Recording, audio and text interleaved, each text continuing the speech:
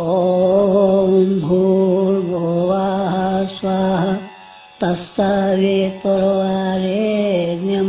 भर्गो देवस्य धीमहि धियो यो नः प्रचोदयात्।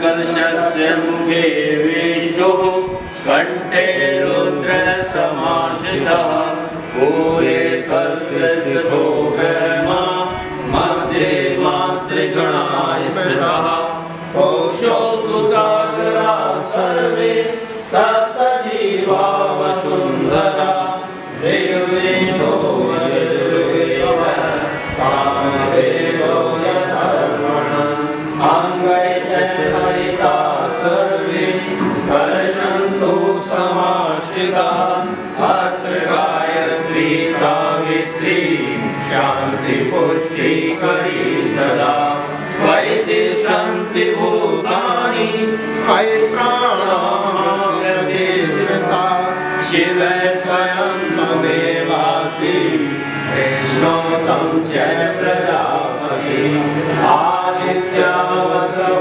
रुद्रा विश्वे देवाः सप्रेत्रिका त्वयि तिष्ठन्ति हरयति यते कामवरप्रदा त्वत्प्रसादादिमं यज्ञं कर्तुमीहे जलोद्भव सान्निध्यं तव मे देव प्रसन्नो भव सर्वदा प्रसन्नो भव सर्वदा।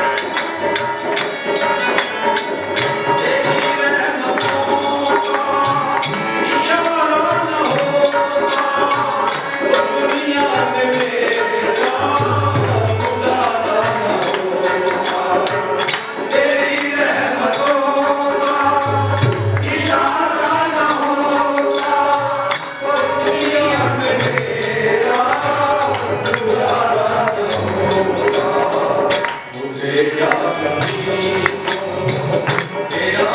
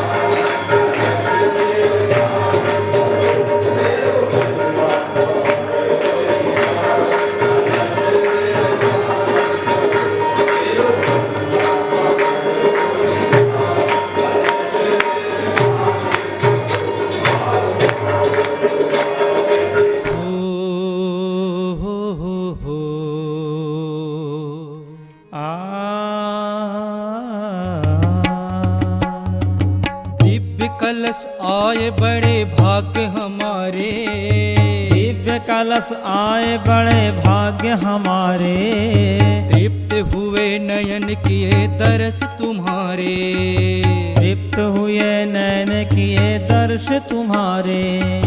दिव्य कलश आए बड़े भाग्य हमारे, दिव्य कलश आए बड़े भाग्य हमारे, तृप्त हुए नयन किए दर्श तुम्हारे, तृप्त हुए नैन किए दर्श तुम्हारे।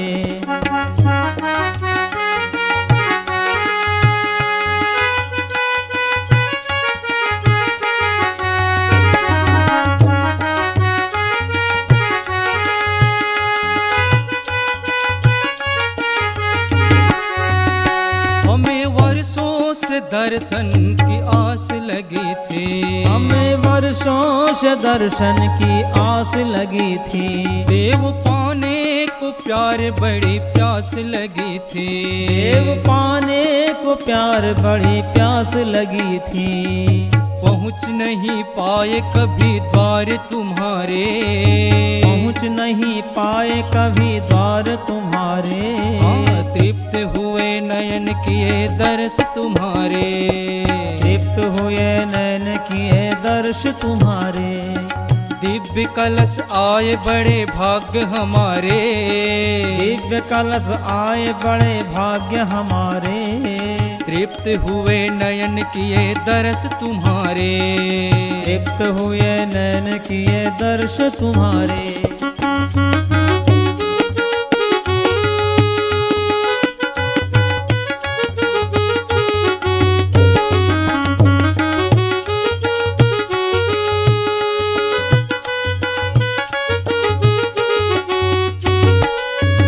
देव सबके ही मन में सद्भाव जगा दो, देव सबके ही मन में सद्भाव जगा दो, और यज्ञ रूप जीवन के कर्म बना दो, और यज्ञ रूप जीवन के कर्म बना दो। तेरा ही ध्यान धरे सांझ सकारे, तेरा ही ध्यान धरे सांझ सकारे, तृप्त हुए नयन किए दर्श तुम्हारे, तृप्त हुए नैन किए दर्श तुम्हारे। दिव्य कलश आए बड़े भाग्य हमारे, दिव्य कलश आए बड़े भाग्य हमारे, दिव्य कलश आए बड़े भाग्य हमारे, दिव्य कलश आए बड़े भाग्य हमारे। भर्गो देवस्य धीमहि धियो यो नः प्रचोदयात्।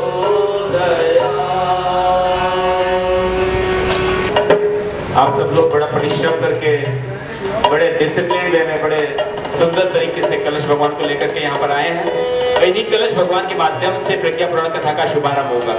भाई साहब ने पूरी व्यवस्था बता दी है, लेकिन निश्चित मान लीजिए जो माताएं बहनें भाई इस कथा के अंदर भाग लेंगे वो परम पूज्य गुरुदेव के महत्वपूर्ण सूत्र हैं, अमूल्य सूत्रों से लाभान्वित। जीवन कुछ नहीं है, केवल सद्विचारों के माध्यम से चलने वाला अभियान है।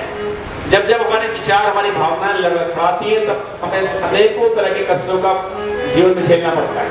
कैसे अपने जीवन को सफल बनाएं, सुंदर बनाएं, कैसे अपने जीवन में पुण्य को बटोरें, अपने परिवार के अंदर कैसे सुख शांति आनंद की व्यवस्था करें। आज हम आदि को घरों में जाते हैं, वहाँ लोगों की समस्या है कि लोग हमारी बात नहीं सुनते, बच्चे हमारा कहना नहीं मानते। हम किस तरह से व्यवस्था को बनाएं? निवेदन है कि सभी लोग यहाँ से जब जाएं तो ध्यान रखें कि अपने साथ अपने पड़ोसी को जरूर लेकर के आए। ये निश्चित रूप से बहुत ही पुण्यदायी कार्य है। कहते हैं कि आश्रम के अंदर जब दीक्षा का कार्यक्रम हो गया, लोग जाने लगे शिष्य, तो उन्होंने कहा, क्या कहा? तो एक शिष्य को गुरु ने कहा कि तुम एक गाय ले जाओ और कब लौटना, जब एक तो आप लोग भी जब कलश यात्रा कर चुके हैं और यहाँ से संकल्प लेकर के जब जाएं तो कल अपने साथ आए तो किसी एक जने को जरूर लेकर के आए। और विशेषकर युवा पीढ़ी के बच्चों को, अपनी बहुओं को, जो हमारे घर में नए बच्चे हैं, उनको जरूर लेकर आइए। ये विज्ञान की कथा है, यहाँ पर कोई अंधविश्वास वाली बात नहीं है। वैचारिक रूप से कैसे उनका परिष्कार हो सकता है, वैज्ञानिक तथ्यों प्रमाणों के साथ कथा को बताया जाएगा।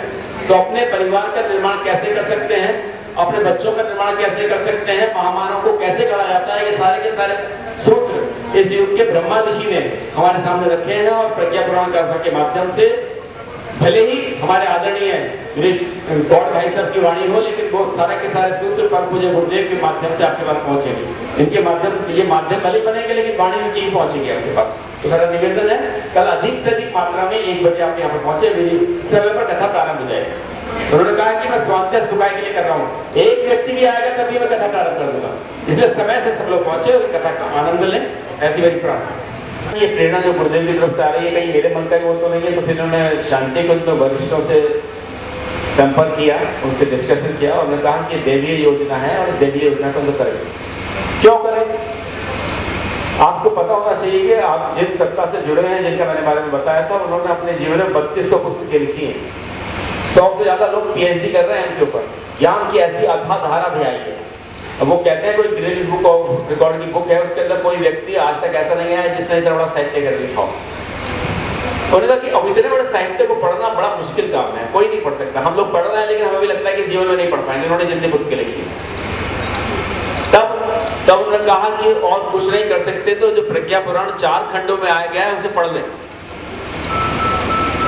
तो मतलब कि परम पूज्य गुरुदेव के जो द्वारा जो लिखा गया है, कहा गया है, उसे पढ़ लें, समझ लें तो हमारा जीवन धन्य हो जाए। और उतना पढ़ नहीं सकते तब क्या हो?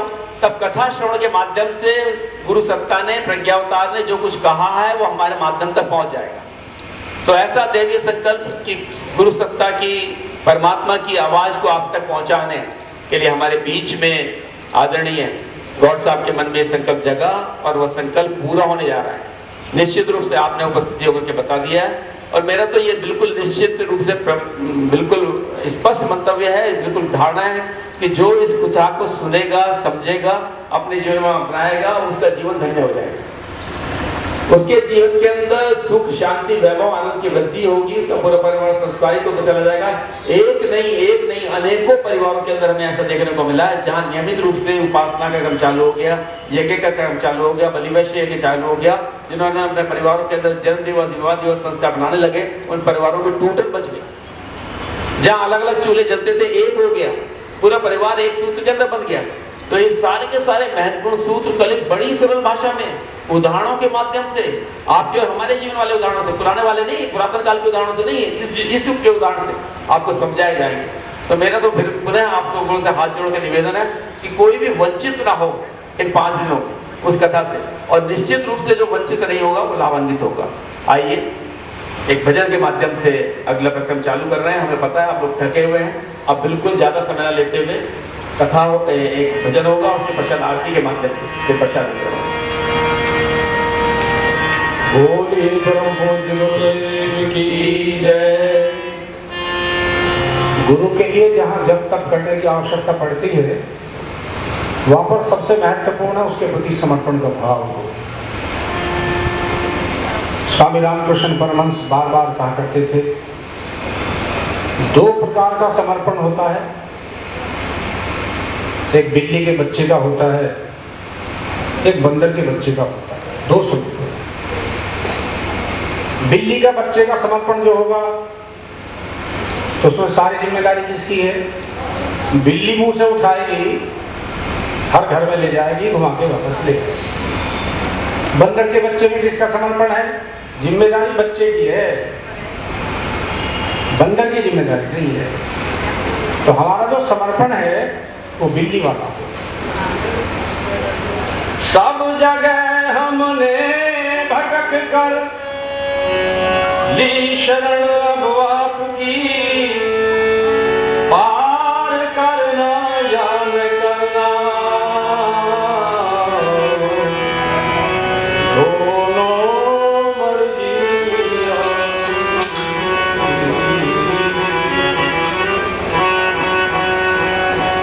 व्यासपीठ से बैठने वालों को ऐसा ज्ञान गुरु सत्ता की तरफ से मिले कि सामने वाले की हर संशय का समाधान हो, ऐसा हमसे प्रयास करेंगे। आदमी पुरुषार्थ करता है, कृपा ऊपर वाले की होती है। ज्योति से ज्योति जगाओ सद्गुरु,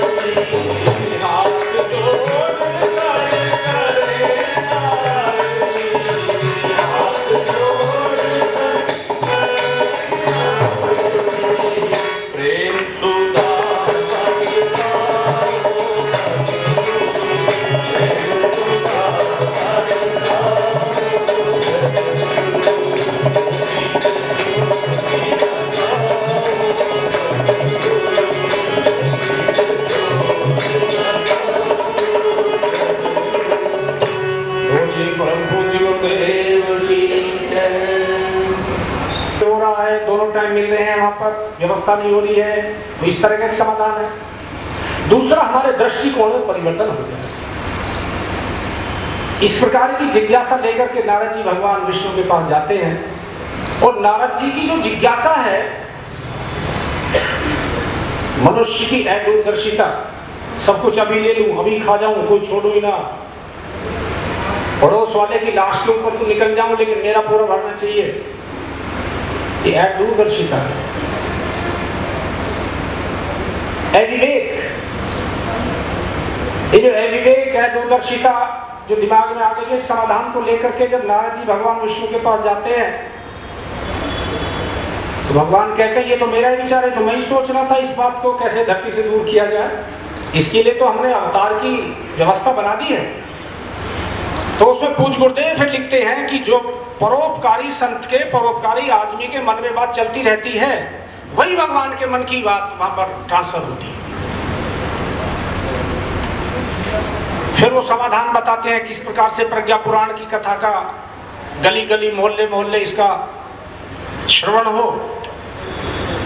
ज्ञान कर्म कहा, फिर उसके बाद में कर्म पक्ष को उन्होंने भगवान विष्णु ने नारद जी के सामने रखा और किस प्रकार से फिर धरती पर सतयुगी वातावरण पैदा आने वाले समय में होगा, उसका उसमें कल का वर्णन है।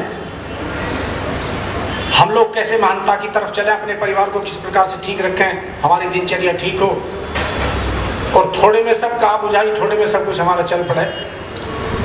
इस प्रकार का कल का प्रज्ञा पुराण का खंड होगा।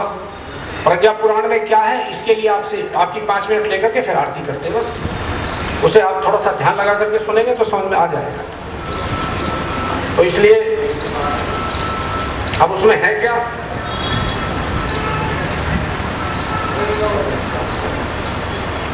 पहले उसको थोड़ा सा समझ लेंगे तो आपको समझने में आसानी हो जाएगी।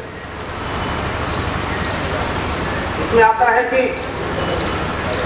जो हमका भटकाव है, हमें क्या करना चाहिए क्या नहीं करना चाहिए, इस विषय में यहाँ पर सब ज्ञान प्राप्त होता है। जो भी सुनेगा समझेगा वो इस चीज को पालेगा, जीवन का अंधेरा मिट जाएगा और ये कथा अज्ञान के तिमिर से मिटा करके प्रकाश की तरफ ले जाएगी। मन में किसी प्रकार की अगर जड़ता भरी है उसको दूर करने का भगवान की तरफ से मार्गदर्शन प्राप्त होगा। 25% पूज्य गुरुदेव लिखते हैं जो जप होता है, जो तप होता है, जो हमारे व्रत होते हैं, उससे 25% लाभ मिलता है। 75% आदमी का व्यवहार काम करता है, उसका गुण क्या, उसका कर्म क्या, स्वभाव कैसा है। तप तो बहुत है, 25 साल से माला तो खूब घुमाई है, लेकिन आदमी तो 4 भी नहीं जुड़े। बंदर की तरह बगल में कुकड़ी एक ही है अभी तक, व्यवहार में गड़बड़ है कहीं ना कहीं। बहनों ने कुछ आपके कहने से गायत्री मंत्र के और लोगों को सत्कर्म की तरफ लगाया, बोले नहीं लगाया। किसी भाई ने कुछ सहयोग किया, बोले नहीं किया। रामायण सुनते सुनते 20 सालों की भाई भाई का मुकदमा चल रहा, उसमें कुछ सोचा बैठ करके राम और भरत के रोज किससे पढ़ रहे। ज्ञान तो है लेकिन वो व्यवहार में आया, कर्म में होकर के जी। ये थोड़ा सा आपका 5 मिनट का प्रज्ञा पुराण का एक छोटा सा गीत है, उसे हृदयंगम करें, फिर उसके बाद आरती करेंगे। आरती के बाद आप सभी के लिए प्रसाद की और लड्डुओं की प्रसाद की व्यवस्था की है हमारे आदरणीय श्री विनोद गोस्वामी जी की तरफ से। और सबसे पहले तो धन्यवाद उनका करना चाहिए जिन्होंने आपको ये हॉल, ये शिव फार्म हाउस फ्री दिया। अब व्यवस्था बनाने वालों में नीलम चौधरी बहन ऋषि ऋषभ विहार वालों से लेकर के जिन्होंने सहयोग नहीं दिया, चाहे सीकरी वाले हो, चाहे सिकेड़े वाले हो, चाहे सारे वाले हो, चाहे आपके मवी वाले और जहाँ के भी हैं, प्रचार प्रसार पूरा है। आएंगे कैसे? सबकी अपनी व्यवस्था, सबकी परिस्थिति। प्रज्ञा पुराण पावन ऋषि की वाणी, प्रज्ञा पुराण पावन सतगुरु की है ये वाणी। प्रज्ञा पुराण पावन सतगुरु की है ये वाणी। दुनिया बड़ी भर में, दुनिया बड़ी भर में मुक्ति दिलाने वाली। प्रज्ञा पुराण पावन सतगुरु की है ये वाणी। प्रज्ञा पुराण पावन सतगुरु की है ये वाणी।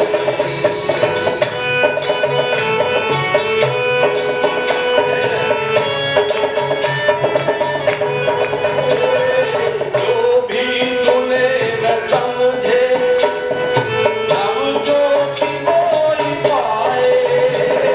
जो भी सुने न समझे, समझो कि कोई पाए। अज्ञान का अंधेरा जीवन से भाग जाए। अज्ञान का अंधेरा जीवन से भाग जाए। अज्ञान के तिमिर से, अज्ञान के तिमिर से सबको बचाने वाले। प्रज्ञा पुराण पावन सतगुरु की है ये वाणी। प्रज्ञा पुराण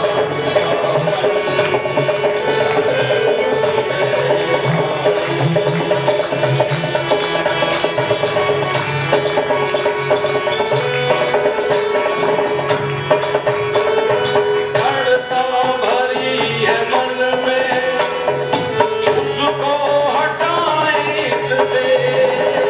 जड़ता भरी है मन में, उसको हटाए इससे।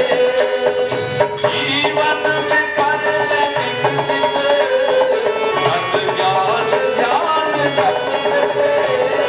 जीवन में कर ले विकसित अज्ञान ध्यान जप से।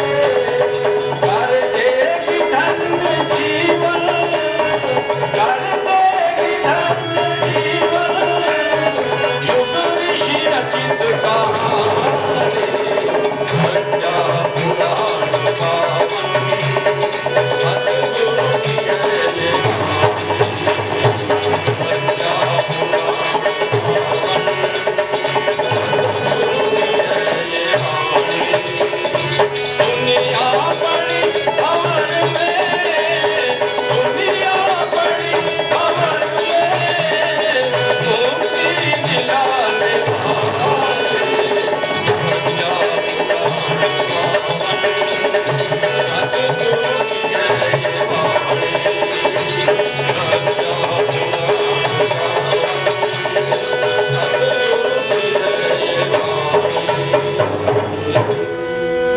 बोलिए परम पूज्य गुरुदेव की जय। वैसे तो शिव के वो व्यासन की बात को आम आदमी समझ नहीं सकता, कहेगा तो जब भाई साहब ने बता रहे थे 3200 पुस्तक लिखी है, कोई क्षेत्र उन्होंने ऐसा छोड़ा नहीं है जिस पर उन्होंने अपना मार्गदर्शन ना दिया हो। एक प्रयास करेंगे अपना चीटी वाला ही जितना भी अपना पुरुषार्थ हो सकेगा, क्योंकि कहते हैं चीटी के पैर में भी अगर घुंघरू की आवाज निकलती है वो उसको भी सुनता है। इसलिए अपने का प्रयास है कि इस युग के लिए जो इसके बदलाव के लिए उन्होंने एक संविधान लिखा है उसे आगे बढ़ाया जाए, ऐसा प्रयास हमारा है। बोलिए वेद माता गायत्री की जय।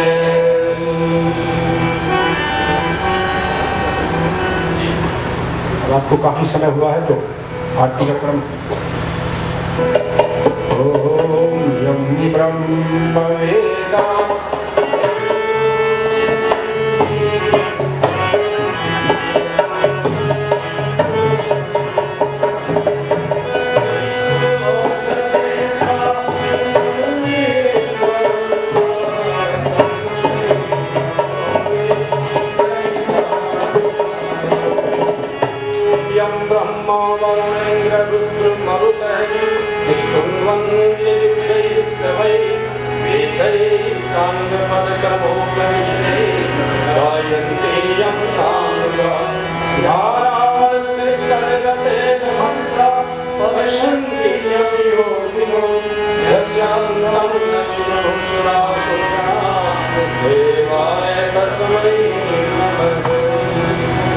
जयति है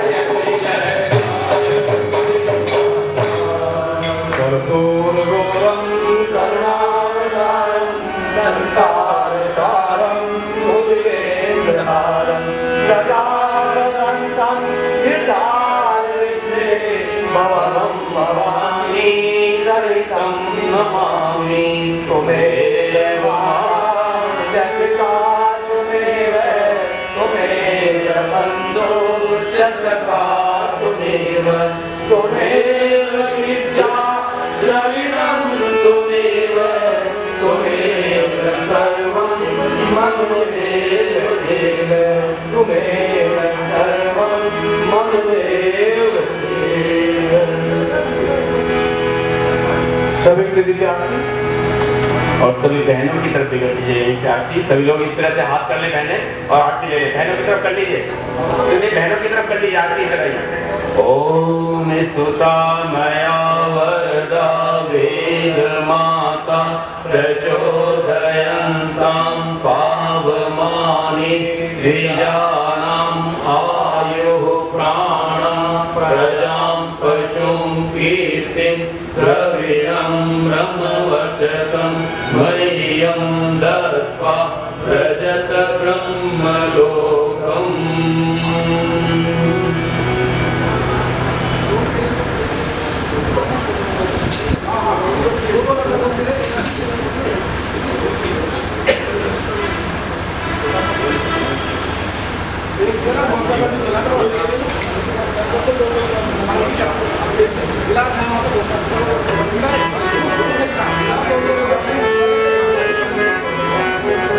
सभी बहनें सभी भाई लोग यहाँ से क्रम से आएंगे घूमते हुए और पानी करते हुए क्या कहते हुए जाएंगे इधर क्रम से एक बहन जाएंगे।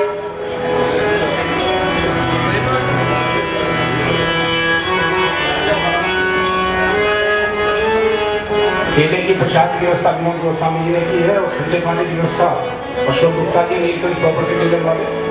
प्रतिदिन प्रसाद की व्यवस्था किसी न किसी की तरफ से है।